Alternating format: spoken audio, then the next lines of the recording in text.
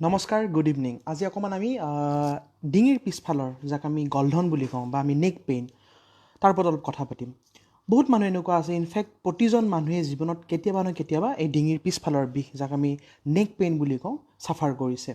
তো আজি আমি ভিডিঅ'টোত আমি জানিম যে এই ডিঙিৰ বিষ বা ডিঙিৰ পিছফালৰ বিষটো কি কি কাৰণত হয়, ইয়াৰ কাৰণসমূহ কি কি, আমি কেতিয়া ডক্তৰৰ সহায় ল'ব লাগে, ইয়াৰ লক্ষণসমূহ কেনেকুৱা, বা ইয়াৰ পৰা কিবা ছিৰিয়াছ পিছত গৈ কমপ্লিকেশ্যনছ হ'ব পাৰে নেকি, বা ইয়াক কেনেকৈ ইজিলি কিছুমান সাধাৰণ নিয়ম মানি পেলাই আমি কিদৰে ঘৰত থাকি আমি ইয়াক প্ৰতিৰোধ কৰিব পাৰোঁ বা ইয়াক প্ৰিভেণ্ট কৰিব পাৰোঁ, বা আমি যদি কিবা পৰীক্ষা কৰিব বিচাৰোঁ আমি কেনেকুৱা পৰীক্ষা কৰিব লাগে, যে MRI কৰিম নে এক্সৰে কৰিম নে কি কৰিম।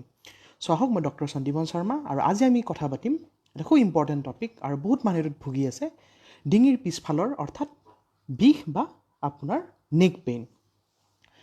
চাওক, নেক পেইন বুলি যদি আমি কওঁ ডিঙিৰ পিছফালৰ বিষ, তো তাত মেইনলি তিনিটা জেগাৰ পৰা বিষ আহিব পাৰে। চ' যিকোনো জেগাত আমাৰ মেইনলি তিনিটা বস্তু থাকে। এটা হ'ল আমাৰ হাড়ৰ ওপৰত থাকে মাংসপেশী, আৰু তাৰ মাজত থাকে নাৰ্ভ বা স্নায়ুবোৰ। মানে আপোনাৰ বিষ যদি যিকোনো জেগাত হ'ব লাগে এই তিনিটা জেগাৰ পৰা আহিব পাৰে। এটা হ'ল মাচল পেইন, মাংসপেশীৰ বিষ, এটা হাড়ৰ পৰা অহা বিষ যিটো বন পেইন বুলি কয়, নতুবা আপোনাৰ স্নায়ুৰ বিষ হ'ব পাৰে যাক নাৰ্ভ বা নিউৰ'পেথিক পেইন বুলি কোৱা হয়। এতিয়া আহক আৰু অলপমান ডিটেইলছত আমি কথা পাতোঁ। তো এইটো যদি আমি বনবিলাকৰ কথা, হাড়বিলাকৰ কথা কওঁ, আমাৰ ডিঙিৰ পিছফালে 7 টুকুৰাৰ হাড় থাকে। আমি য'ত ৰাজহাড়ত টোটেল 33 টুকুৰা হাড় থাকে, মূৰৰ পৰা একদম কঁকালৰ তললৈকে। তাত 7 টুকুৰা থাকে আমাৰ ডিঙিত, আমাৰ ডিঙিৰ পিছফালে। তো এইডাল যদি আমি ধৰি লওঁ যে আমাৰ ৰাজহাড় হয় ডিঙিৰ পিছফালে, তো এইবিলাক হয় হাড় যাক আমি স্পাইনেল, আমাৰ যে ভাৰ্টিব্ৰা বুলি কওঁ বা বোন বুলি কওঁ, মানে ৰাজহাড় হয়। তাৰ মাজত এই যিখন প্লেট আপুনি মাজত দেখিছে, কুচন টাইপৰ বস্তু, হাড়বিলাকৰ মাজত এই টুকুৰাৰ মাজত, এইটোৰ মাজত এটা, সেইটোক আমি কওঁ ডিস্ক বুলি। যেনেকৈ কঁকালত ডিস্ক থাকে, তেনেকৈ আমাৰ ডিঙিৰ পিছফালৰ ৰাজহাড়তো ডিস্ক থাকে। তো এনেকুৱা নহয় যে ডিছৰ প্ৰব্লেম অকল কঁকালত হ'ব পাৰে, ডিঙিৰ পিছফালে আমাৰ যিডাল ৰাজহাড় থাকে তাতো ডিছৰ প্ৰব্লেম বা শ্লিপ ডিস্ক হ'ব পাৰে। তো এইটো এটা কথা। তাৰ বাহিৰে এই যে ফুটাবিলাক দেখিছে, এই ফুটাবিলাক, এই যে দেখেনে হাড়ৰ মাজত যে ফুটাবিলাক আছে, ইয়াৰ পৰা নাৰ্ভবিলাক ওলাই আহে, স্নায়ুবিলাক ওলাই আহে। তো স্নায়ুৰ পৰাও বিষটো আহিব পাৰে। কিবা কাৰণত যদি ডিস্কখন নিজৰ জেগাৰ পৰা অকণমান ঠেলি যায় যদি সেই নাৰ্ভৰ ওপৰত কিবা কাৰণত চেপা খায়, তেতিয়াও আপোনাৰ ডিঙিৰ বিষ হ'ব পাৰে। চ' কি হ'ব পাৰে, এতিয়া মই কাৰণবোৰ কৈছোঁ। আমি প্ৰথম আহোঁ হাড়ৰ পৰা অহা বিষ। তো হাড়ৰ পৰা অহা বিষবিলাকৰ ভিতৰত যদি আমি নাম্বাৰ 1 আমি কওঁ, তাক আমি হাড়ৰ অষ্টিঅ'আৰ্থ্ৰাইটিছ বুলি কওঁ। অষ্টিঅ'আৰ্থ্ৰাইটিছ কি হয়, যেতিয়া হাড়বিলাক লাহে লাহে ক্ষয় যোৱা আৰম্ভ হয়, তাৰ ডেমেজ হোৱা আৰম্ভ হয়। বহুত কাৰণ থাকে ডেমেজ হোৱাৰ। কেতিয়াবা এক্সেচিভ যদি আমি কষ্টৰ কাম কৰা মানুহ হয়, হয়তো মেনুৱেল ৱৰ্কাৰ হয়, হাজিৰা কৰা মানুহ হয়, খুব বেছি কষ্ট পৰিছে কিবা কাৰণত, বহুত জীৱনটোত বহুত কষ্টৰ কাম কৰিব লগা হৈছে, ডিঙিত বহুত জোৰ পৰিছে, তেতিয়া হাড়বিলাক ক্ষয় যায়। তাৰ বাহিৰে যদি মানুহজনৰ কেলছিয়ামৰ অভাৱ থাকে বা ভিটামিন ডিৰ অভাৱ থাকে, তেওঁ সুষম আহাৰ নাখায়, তেতিয়া হাড়বিলাক ক্ষয় যাব পাৰে। তাৰ বাহিৰে যদি আমি কওঁ যে খুব বেছি স্মকিং কৰা মানুহবিলাকৰ দেখা গৈছে যে হাড়ৰ পৰা কেলছিয়ামটো ওলাই যায়, গতিকে হাড়ৰ যিটো ঘনত্ব, যিটো ডেনচিটি, স্মকিং কৰা মানুহবিলাকৰ কমি যায়। আৰু বয়স এটা এনেকুৱা এটা বেমাৰ, বয়সো এটা বেমাৰ বুলি ক'ব লাগিব, যে বয়সৰ লগতো আপোনাৰ হাড়বিলাক দুৰ্বল হৈ যায়। যেনেকৈ বয়সৰ লগত আমাৰ চকুৰ পাৱাৰ কমি যায়, কাণৰ শুনিব পৰা মানে শক্তিটো কমি যায়, তেনেকৈ হাড়বিলাকো লাহে লাহে দুৰ্বল হোৱা আৰম্ভ হয়। তো এইকেইটা হ'ল মেইনলি হাড়ৰ যিকেইটা আমি কাৰণ ক'লোঁ, হাড়ৰ পৰা যদি আমাৰ ডিঙিৰ বিষ হয়। তাৰ পৰা আহক আমাৰ যদি ডিস্কৰ প্ৰব্লেম হয়। ডিস্কৰ প্ৰব্লেম কেতিয়া হয়? জেনেৰেলি ডিছৰ প্ৰব্লেম হয় যদি আমি ৰেগুলাৰ এক্সাৰচাইজ নকৰোঁ, আমি যদি নিজৰ পজিশ্যনটো ভালকৈ মেইনটেইন নকৰোঁ। লাইক ধৰক আমি এনেকৈ তলমুৱা দি বহুত সময় কাম কৰিছোঁ বা ওপৰমুৱা দি বহুত সময় কাম কৰিছোঁ, বা শুৱতে আমাৰ গাৰু হয়তো বেছিকৈ লাগাতকৈ 2টা গাৰু লৈছোঁ, বা কেতিয়াবা গাৰু লোৱা নাই, কেতিয়াবা ডিঙিটো বেকা হৈ আছে, বা কিছুমান এটা অভ্যাস থাকে ফোনত এনেকৈ বেকা হৈ কথা পাতি থকা। এইটো এটা মেইন কথা। ৰিচাৰ্চে কৈছে যে নতুনকৈ যে এই চাৰ্ভাইকেলত ৰিজনত যিটো পেইন হৈছে, ডিঙিৰ বিষ হৈছে, নেক পেইন হৈছে, মেইন কাৰণটো হ'ল এনেকৈ ডিঙিৰ মাজত বহুতে বাইকত কৰাৰ সময়ত কি হয়, আপোনাৰ এনেকৈ কথা পাতি যাই থাকে। তো এইটো এটা মেইন কাৰণ হয়। চ' এইটো হ'ল আমাৰ ডিছৰ যিটো প্ৰব্লেম হয়, যদি আমাৰ মানে যেনেকুৱা কঁকালত ডিস্কৰ প্ৰব্লেম হয়, আমাৰ ডিঙিৰ পিছফালেও ডিস্ক শ্লিপ হ'ব পাৰে, শ্লিপ ডিস্ক হ'ব পাৰে। তাৰ বাহিৰে আহক যে নাৰ্ভৰ কেনেকুৱা হ'ব পাৰে। নাৰ্ভবিলাক যদি দুৰ্বল হয় কিবা কাৰণত, তেতিয়াও হ'ব পাৰে। নাৰ্ভবিলাক যদি কিবা কাৰণ হাড়বিলাক নিজৰ জেগাৰ পৰা অলপমান লৰচৰ হৈ পেলাই এই নাৰ্ভৰ ওপৰত যদি চেপা খাই থাকে, তেতিয়াও বিষ হ'ব পাৰে, তেতিয়াও ডিঙিৰ বিষ হ'ব। তো এইখিনি নাৰ্ভৰ বেমাৰৰ কথা। তাৰপাছত আহক যদি মাংসপেশীৰ পৰা আহে হয়তো আপোনাৰ নাৰ্ভো ঠিকে আছে আৰু হাড়বিলাকো ঠিকে আছে কিন্তু আমাৰ মাংসপেশীৰ বিষ হ'ব পাৰে মাচল পেইন বুলি কয় কেতিয়াবা একো বেমাৰ নাথাকে এক্সৰেখন কৰিলে নৰ্মেল আহে এক্সৰেত কেতিয়া আহিব যদি আপোনাৰ হাড়ৰ কিবা প্ৰব্লেম থাকে তেতিয়া কি মাচল পেইন হয় মাচল পেইনবিলাক জেনেৰেলি ভয় কৰিব লগা নহয় আমি যদি 5-6 দিন ৰেষ্ট লৈ যায় নিজে নিজে কমি যায় মাচল পেইনৰ বহুত কাৰণ হয় ওজন থকা বস্তু দাঙিলে হয় জিমত গৈ যদি ভালকৈ এক্সাৰচাইজ নকৰে আপোনাৰ ফৰ্মটো যদি ভাল নহয় তেতিয়া হয় বহি থকাৰ সময়ত কোৱা হয় আমাৰ কাণ দুখন আমাৰ কান্ধৰ ওপৰত থাকিব লাগে কাণ আৰু কান্ধ এটা জেগাত থাকিব লাগে এনেকৈ চিধা হৈ পেলাই আমি এনেকৈ কাম কৰি থাকোঁ লেপটপত কাম কৰি থাকোঁ মোবাইল টিপি থাকোঁ তেতিয়া এইবিলাক মাচল পেইন হ'ব পাৰে মাচল ষ্ট্ৰেইন হোৱা বুলি কয় তো যাতে মানে মাচলটো কষ্ট পাইছে আৰু মাচলটো টানি ধৰিছে সংকুচিত হৈছে যাক মাচল স্পাজম হোৱা বুলি কয় তেতিয়াও ডিঙিৰ বিষ হ'ব পাৰে এইকেইটা হ'ল সচৰাচৰ যিকেইটা আমি কাৰণ পাওঁ ডিঙিৰ বিষৰ মানে আমাৰ নেক পেইনৰ এইকেইটা ক'লোঁ তাৰ বাহিৰে আৰু বহুত কাৰণ আছে কিছুমান কাৰণ আছে অকণমান হয়তো আমাক ছিৰিয়াছ বেমাৰ কিছুমানৰ ইণ্ডিকেশ্যন দিয়ে কিন্তু সেইবিলাক বহুত ৰেয়াৰ ধৰক 100জনৰ 90জনৰ এনেকুৱা বেমাৰবিলাকে হয় যিবিলাক আমি সহজে ডিল কৰিব পাৰোঁ ইমান মানে ছিৰিয়াছ বেমাৰ নহয় কেইটামান এনেকুৱা বেমাৰ আছে য'ত অকণমান আমি চিন্তা কৰিব লাগিব ছাপ'জ যদি ডিঙিৰ বিষৰ লগত খুব বেছি মূৰৰ বিষ থাকে তেতিয়া কেতিয়াবা আমি ব্ৰেইনৰ ভিতৰত হেমাৰেজ হ'লেও এনেকৈ ডিঙিৰ মানে বিষ হয় তাৰ লগত বমি হয় আপুনি দুটা যদি বস্তু দেখে সেইবিলাক কিছুমান ৱাৰ্ণিং চাইন্স হয় যেতিয়া গম পোৱা যায় যে কিবা এটা অলপ মানে হেৰি হৈ আছে অলপ ছিৰিয়াছ বেমাৰৰ কিবা ইণ্ডিকেশ্যন আছে আমি ডক্টৰক ইমিডিয়েট লগ ধৰিব লাগে বা ধৰক আপোনাৰ কি হয় যদি ডিঙিৰ লগত আপোনাৰ বিষৰ লগত জ্বৰ থাকে ব্ৰেইনৰ ভিতৰত যদি কিবা ইনফেকশ্যন হয় তেতিয়াও এতিয়া ডিঙিৰ আপোনাৰ পিছফালে বিষ হ'ব পাৰে যাক মেনিনজাইটিছ বা এনকেফেলাইটিছ বুলি কওঁ তেতিয়াও এদিন ডিঙিৰ পিছফালে বিষ হ'ব পাৰে তো তেনেকুৱা মানে জ্বৰ তৰ যদি থাকে অতিপাত মূৰৰ বিষ লগত থাকে বা বমি হয় দুটা দেখা হয় বা কোনোবা এটা ছাইড অকণমান আপোনাৰ দুৰ্বল হৈ গৈছে পেৰালাইচিছ টাইপৰ হৈ গৈছে তেতিয়া সোনকালে ডক্টৰৰ ওচৰত যাব লাগে সেইটো আমি ক'ম কেতিয়া আমি ডক্টৰৰ তাতে সোনকালে যাব লাগে এতিয়া হৈছে ডিঙিৰ বিষটো কেনেকুৱা ধৰণে আপোনাক মানে পেচেণ্টে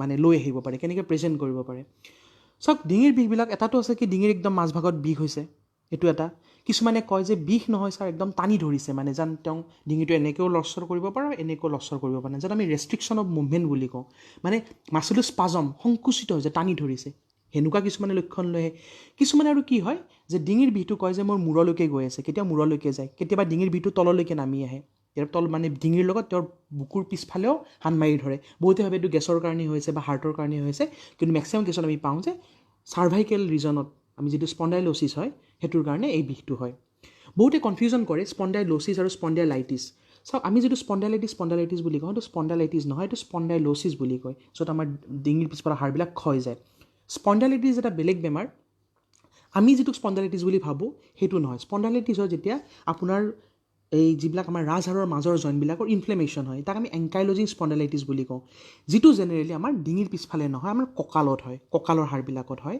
বা তাৰ তলত হয় গতিকে আমি স্পণ্ডাইলাইটিছ বুলি আমাৰ জাষ্ট মুখে এইটো প্ৰচলন হৈ আছে আমি যিটো স্পণ্ডাইলাইটিছ বুলি ভাবোঁ সেইটো স্পণ্ডাইলাইটিছ নহয় এইটো স্পণ্ডাইল'চিছ যিটো চাৰ্ভাইকেল স্পণ্ডাইল'চিছ তো চাৰ্ভাইকেল স্পণ্ডাইল'চিছৰ কাৰণে কেতিয়াবা পেইনটো ডিঙিৰ পৰা পিঠিৰ পিছপিনেও যাব পাৰে কেতিয়াবা কিছুমানৰ কি হয় ডিঙিৰ পৰা বিষটো হাতেৰে নামি আহি আঙুলিৰ আগলৈকে যাব পাৰে জিনজিনাই থাকিব পাৰে বিষটো নামি আহিব পাৰে কেতিয়া হয় মানে আপোনাৰ ডিছখন বা সেই হাড়টো লৰচৰ হৈ পেলাই আপোনাৰ নাৰ্ভৰ ওপৰত চেপা খাই আছে আপোনাৰ এইটো ছাইডৰ যদি নাৰ্ভত স্নায়ুত যদি চেপা খাই থাকে এইটো ছাইডত বিষটো নামি যাব একদম আঙুলিৰ আগলৈকে যাব এইটো ছাইডত আঙুলিলৈকে যাব বা কেতিয়াবা হাতখন দুৰ্বলো হৈ যাব পাৰে হাতৰ পৰা বস্তু পৰি যোৱা হ'ব পাৰে হাতখন এনেকৈ দাঙিব নোৱাৰা হৈ যাব পাৰে ঠিক আছে তো এইটো এটা গম পালোঁ তো জেনেৰেলি এনেকুৱা ধৰণৰ চিমটম লৈ আহে যে ডিঙিটো লৰচৰ কৰিব নোৱাৰা ডিঙিত বিষ বা হাতত জিন কৰি থকা এতিয়া হওক যেতিয়া ডক্টৰৰ তাতে আমি কেতিয়া ইমিডিয়েটলি যাব লাগে কেতিয়াবা জেনেৰেলি কি হয় আমি যদি অকণমান ৰেষ্ট লৈ দিওঁ বা ঘৰতে যদি সাধাৰণভাৱে পেৰাচিটামল এটা খাই দিওঁ বা অকণমান গৰম পানীৰ সেক দিওঁ আমাৰ জেনেৰেলি ভাল হৈ যায় ৰেষ্ট ল'লে ভাল হৈ যায় কিন্তু দেখিছে যে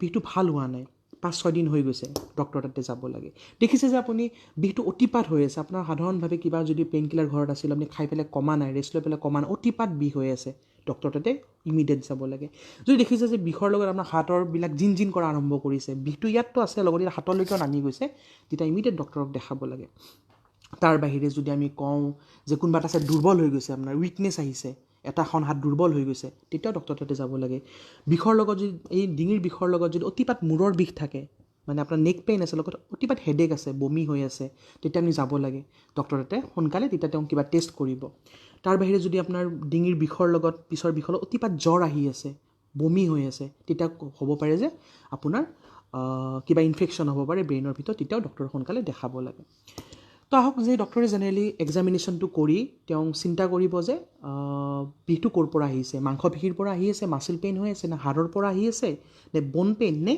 নাৰ্ভৰ পৰা আহি আছে, স্নায়ুৰ পৰা আহি আছে, সেইমতে ট্ৰিটমেণ্টটো বেলেগ বেলেগ হয়। এতিয়া আপোনালোকে যদি মোৰ ডিঙিৰ বিষ হৈছে মই কি কৰিম তেনেকুৱা নহয়, প্ৰতিজন মানুহৰ ডিঙিৰ বিষৰ কাৰণটো বেলেগ বেলেগ। প্ৰথমে আমি ভালকৈ জানিব লাগিব কি ক'ৰ পৰা আহিছে, সেইটোক আমি ইনভেষ্টিগেট কৰিব লাগিব, আমি এক্সামিনেশ্যন কৰিব লাগিব, তাৰপিছত ট্ৰিটমেণ্ট। আমি যদি সঠিক দিশত আমি বৈজ্ঞানিক ভিত্তিত বস্তুবিলাক যাওঁ তেতিয়াহ'লে কেতিয়াও আমি বেমাৰত ভুগি নাথাকে।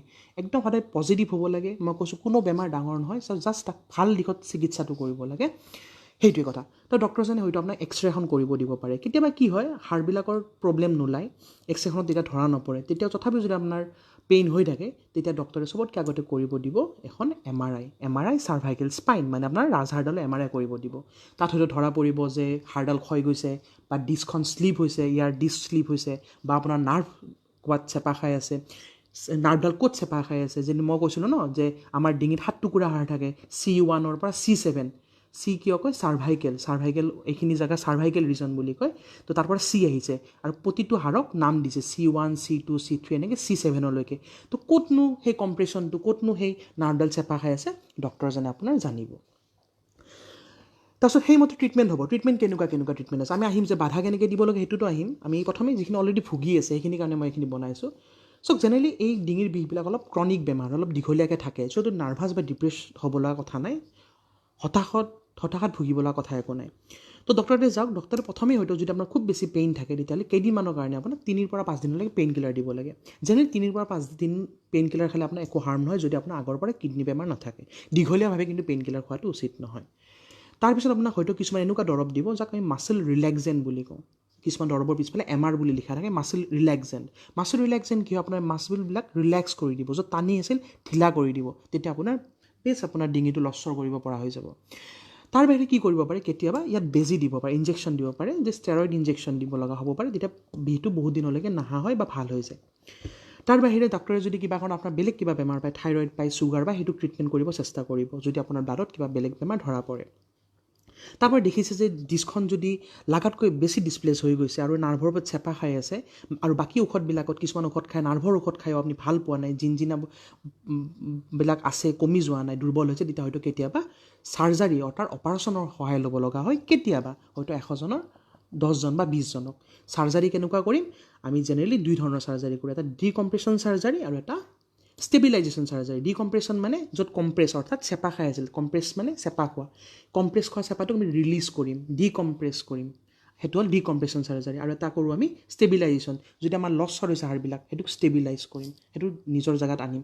তো 2 ধৰণৰ চাৰ্জাৰী থাকে, এটা ডিকম্প্ৰেশ্যন চাৰ্জাৰী আৰু এটা ষ্টেবিলাইজেশ্যন চাৰ্জাৰী।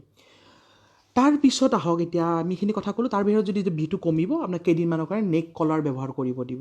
নেক কলাৰ 2 ধৰণৰ থাকে, এটা হাৰ্ড খুব টাইট, যে আমি ইয়াত যে কিছুমান বেল্ট মাৰি থাকে ডিঙিত, এটা টাইট বেল্ট থাকে, এটা ঢিলা বেল্ট থাকে। টাইট বেল্টবিলাক খুব বেছি দিন পিন্ধিব নালাগে, 3 পৰা 5 দিন পিন্ধাৰ পিছত ঢিলা বেল্ট ল'ব লাগে। কাৰণ দেখা গৈছে কিছুমান ৰিচাৰ্চত যে টাইট বেল্ট যদি বেছি দিনৰ কাৰণে পিন্ধা যায় এই মাংসপেশীবিলাক দুৰ্বল হৈ যায়। কিয় দুৰ্বল হৈ যায়, কাৰণ আপুনি মাংসপেশীটো ইউজ নকৰে। টাইট একদম যদি এনেকৈ ডিঙিটো এডাল থাকে, এই মাংসবিলাকৰ কাম নোহোৱা হৈ যায়। আমি জানো যিটো বস্তু কাম নকৰে সেইটো বস্তু লাহে লাহে দুৰ্বল হৈ যায়। তো বেছি দিন এই যিটো চাৰ্ভাইকেল কলাৰ, মানে আমি যিটো কওঁ আমি ডিঙিত যিটো আমি বেল্ট মাৰোঁ, বেছি দিন হাৰ্ড বেল্টটো পিন্ধিব নালাগে, এইটো ডক্টৰৰ পৰামৰ্শ মতেহে পিন্ধিব লাগে। বহুতে কি হয়, অমুকে পিন্ধি আছে ময়ো পিন্ধো বুলি আনি পিন্ধি থাকে। তাৰপিছত যদি মই কওঁ এতিয়া মেইন কথাটোত আহোঁ, যে ফিজিঅ'থেৰাপিটো খুবেই দৰকাৰী। কাৰণ এটা সময়ৰ পিছত যেতিয়া প্ৰথম ডক্টৰজনে আপোনাৰ বিষটো কমাই দিব, আপুনি ভাল পালে, নেক্সট টাইম আৰু নহ'বৰ কাৰণে বা বিষটো কমি থাকিবৰ কাৰণে আমি ফিজিঅ'থেৰাপি কৰিব লাগিব। ফিজিঅ'থেৰাপিৰ ওপৰত এদিন মই ভিডিঅ' বনাম, সেইটো নিজে এনেকৈ মুখেৰে ক'লে নহ'ব, আপোনাক মই দেখাব লাগিব।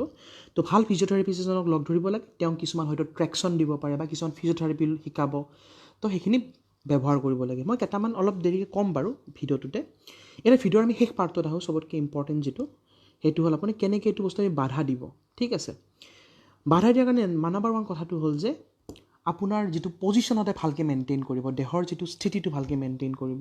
আপুনি যদি কম্পিউটাৰত কাম কৰিব লাগে, বেংকত চাকৰিও কৰে বা বহুত সময় কম্পিউটাৰত কাম কৰিব লাগে, আপুনি নিজৰ মনিটৰটো এনেকৈ মিলাই ল'ব যাতে চকুৰ লেভেলত থাকে, এনেকৈ হালি কাম নকৰিব। তাৰ বাহিৰে যদি বহুত সময় পঢ়িব লাগে, তো অকণমান ইনক্লাইন টেবুল এখন এনেকৈ বনাই ল'ব বা এনেকৈ কিবা এটা বস্তু এনেকৈ বনাই ল'ব যাতে আপোনাৰ কিতাপখন এনেকৈ থাকে, আপুনি বাৰে বাৰে এনেকৈ হালি হালি পঢ়িব নালাগে। তাৰ বাহিৰে যিবিলাক আমাৰ গৃহিণী আছে তেওঁলোকে যদি ভাত ৰন্ধা যাতে যিখন টেবুল হয় তেওঁলোকে যাতে বেছি তলত বা বেছি ওপৰত নহয়, এনেকুৱা এটা লেভেলত থাকে যাতে তেওঁ ধুনীয়াকৈ বনাব পাৰে খাদ্যবস্তুবিলাক, তেওঁ বেছি হালিব লগা নহয়। তাৰ বাহিৰে যদি মই কথা কওঁ চবতকৈ ইম্পৰ্টেণ্ট যে যেতিয়া এটা কাম কৰি থাকিব হয়তো মোবাইলত বা আপোনাৰ আপুনি লেপটপত কাম কৰি থাকিব, মাজে মাজে আপুনি ব্ৰেক ল'ব, ব্ৰেক লৈ অকণমান বাহিৰলৈকে যাব, অলপ নিজৰ ডিঙিটো অলপ লৰচৰ ৰিলেক্স কৰিব। কেনেকুৱাকৈ কৰিব? এনেকৈ পিচটো কৰিব, এনেকৈ ছাইডটো কৰিব আৰু এনেকৈ ডিঙিটো এইটো ছাইড এনেকৈ বেকা কৰিব। তো এনেকৈ এই মুভমেণ্টখিনি অলপমান কৰিব, তেতিয়া ডিঙিৰ মাচুলবিলাকত ব্লাড ফ্ল'টো ভাল হয়, আপোনাৰ বিষটো কমি যাব আৰু মাচুলবিলাক ৰিলেক্স হৈ থাকিব, ভাল হৈ থাকিব।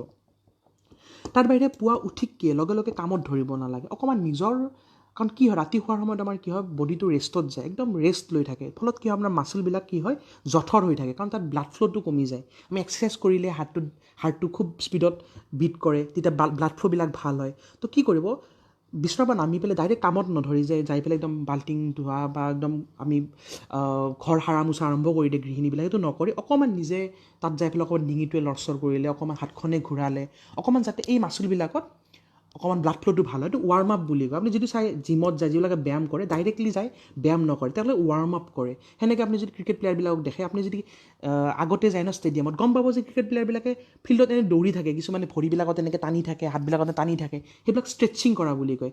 সিহঁতে ডাইৰেক্ট বোলে কি বাছৰ পৰা নামি হোটেলৰ পৰা আহি ক্ৰিকেট খেলা আৰম্ভ কৰি নিদিয়ে, তেতিয়া ইঞ্জুৰি হ'ব। তেওঁলোকে কি কৰে, খেলাৰ 2 ঘণ্টামান আগত নিজৰ বডিটো ৱাৰ্ম আপ কৰে, গৰম কৰি লয়, গৰম কৰি ল'লে ব্লাড চাৰ্কুলেশ্যনটো ভাল হয়, তেওঁলোকৰ ইঞ্জুৰি নহয়। নহ'লে কি হয়, এই যি আমাৰ যিবিলাক ভালকৈ যদি প্ৰেক্টিছ নকৰে শেষত আমাৰ ইঞ্জুৰি হয়, হেমষ্ট্ৰিং টানি ধৰে ক্ৰিকেট প্লেয়াৰবিলাকৰ।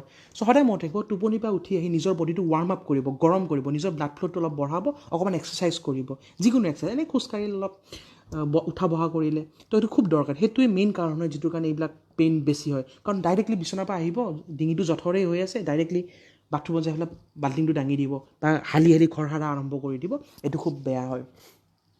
এই যে ডিঙিৰ মাজত এইটো মোবাইল লোৱা অলপ আগতে কৈছোঁ, সেই হেবিটটো বাদ দিব লাগিব। নহ'লে হেডফোন ইউজ কৰক, কি ইউজ কৰক, সেইটো আপোনাৰ নিজৰ কথা, এনেকৈ হালি হালি কথা নাপাতিব।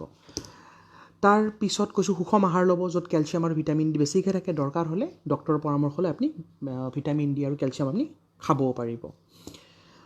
আৰু এইকেইটাই মই এক্সাৰচাইজ কৰাৰ কথা ক'লোঁ। শোৱাৰ সময়ত গাৰুটো ভালকৈ ল'ব, যাতে খুব ওখ গাৰুও নহয়, খুব চাপৰ গাৰুও নহয়, তেনেকুৱা এটা ব্যৱস্থা কৰিব। আৰু যেতিয়া বহি থাকিব সদায় ষ্ট্ৰেইট হৈ বহিব, এনেকৈ হালিব লগা এইটো কণ্ডিশ্যনতে সদায়, মই আগতে কৈছোঁ কাণ দুখন আপোনাৰ যাতে আপোনাৰ কান্ধৰ লগত একেলগে থাকে, চিধা হৈ থাকে। এইটো কি হৈ আছে এতিয়া, মোৰ কাণখন আগত আছে, মোৰ কাণটো পিছত আছে, কাণ দুখন নহয়, মোৰ কাণখন আৰু মোৰ কাণ দুখন ছেইম লেভেলত থাকিব লাগে, তেনেকৈ মই কামবিলাক কৰিব লাগে। তো এইবিলাক বস্তু অলপ যদি মানি চলোঁ, আমাৰ ডিঙিৰ যিটো আমাৰ গলধনৰ বিষ, আমাৰ যিটো নেক পেইন, আমি তাৰ পৰা বাচি থাকিব পাৰোঁ। যদি ভিডিঅ'টো ভাল পাইছে প্লিজ ভিডিঅ'টো শ্বেয়াৰ কৰিব আৰু মোৰ পেজটো ফ'ল' কৰিব। Thank U.